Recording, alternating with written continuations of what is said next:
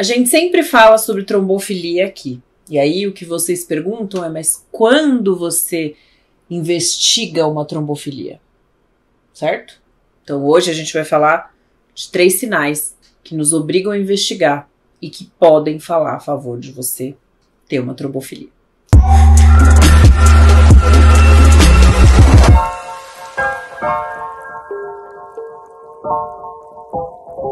É um assunto super polêmico, né? Que muita gente não sabe lidar direito, né? E sério. E que acontece com muita frequência, né? Não é brincadeira, né? Então eu acho que é importante a gente colocar aqui algumas coisas, né? Para que vocês tenham alguma noção de quando tem que investigar, né? De quando a gente tem que ir atrás disso. Ah, mas o médico não quis, então vai atrás de outro, é o que eu sempre falo, vai trocando até resolver, né? O que é a trombofilia? Vamos só dar uma recapitulada.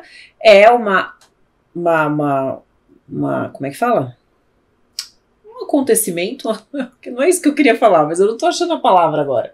Mas é uma situação em que há uma alteração no nosso organismo que aumente o risco da gente ter trombose, né? Trombofilia não é que eu terei trombose com certeza, eu tenho um risco aumentado, que diante de algumas situações pode me fazer ter trombose com mais facilidade do que a população normal. Tá, lembrando que a trombose é o quê? É um coágulo que entope a veia. Entope um vaso, tá. Exato. É pode ser veia ou artéria, os dois, tá. Pode ser. E aí eu tenho a parada de, né, suprimento sanguíneo para aquele órgão que foi afetado. Então pode ter uma trombose na perna, no braço, pode ter uma trombose no coração, que é o infarto, né? Não na artéria, né? Do coração. O TEP, que é o pulmonar, que é o mais grave, né? complicado, na cabeça, que é um AVC isquêmico, e por aí vai, né?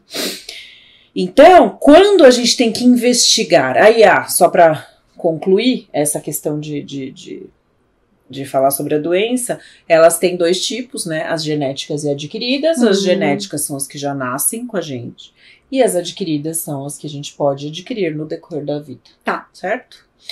Então, o que nos faz ter, né, a ideia de que essa paciente possa ter alguma alteração relacionada à trombofilia. Coisa número 1, mais importante para quem quer engravidar, aborto anterior. Mas que tipo? É qualquer aborto? Né? Eu perdi um neném, eu já tenho que investigar a trombofilia? Sim? Não? Sim. Nem sempre. Não? Eu já investigaria tudo, eu já viraria do avesso. Depende muito do tipo, isso que é importante. Às vezes você está conversando com a paciente, eu tive 3 gestações químicas. A gestação química, ela pode falar a favor de SAF.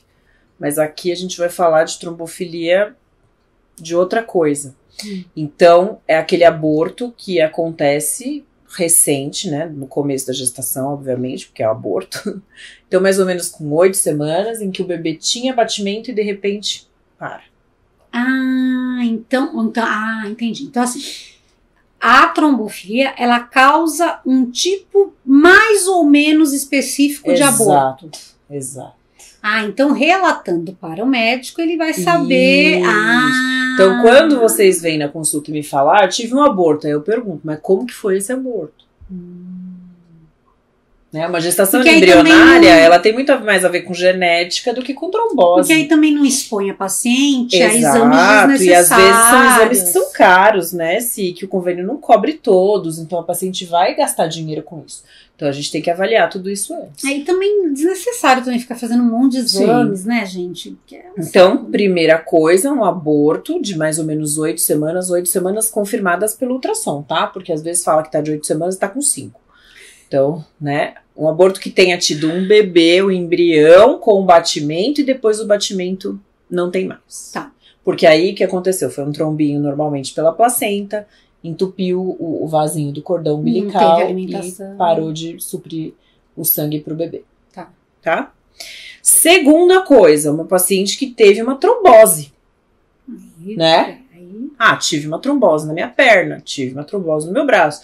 E eu já vi muitas pacientes chegarem com histórico de trombose que nunca foram investigadas.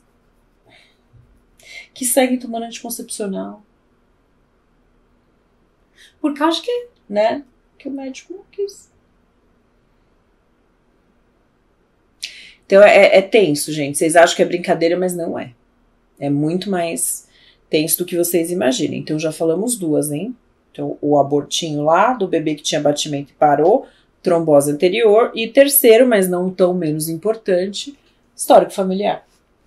Minha avó teve trombose, meu tio teve trombose, minha tia teve 3 abortos dessa mesma forma. Aí você começa a ver na família, aí tem um monte de caso.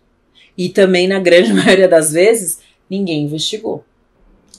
Ô Mari, e que grau de parentesco que se investiga? Então, parentes primários mais, né? Os parentes mais chegados. Então, a gente sempre fala em pai, mãe, irmãos, tio, tia e avós. Tá? Esses são os mais... Até a avó tá bom. Mais do que isso, acho que é exagero, né? Então, a gente... Até porque as pessoas nem vão lembrar muito. E muitas vezes a gente nem vai conseguir saber muita informação, né? A gente não vai ter a opção de, por exemplo, fazer um exame para ver se essa pessoa também tem alguma coisa, né? Então, às vezes... Mas é isso. É isso. Então, 3 coisas principais pra gente desconfiar de que essa paciente possa ter trombofilia. O aborto ali com o embrião vivo e depois o BCF cessa, que é o batimento, né? Histórico de trombose desta própria paciente e histórico de trombose na família. São 3 coisas super importantes que nos obrigam a olhar para essa paciente e investigar essa paciente para ver se ela tem algum tipo de trombofilia. Muito boas essas dicas, doutora. Como sempre. A gente se vê na próxima. Tchau.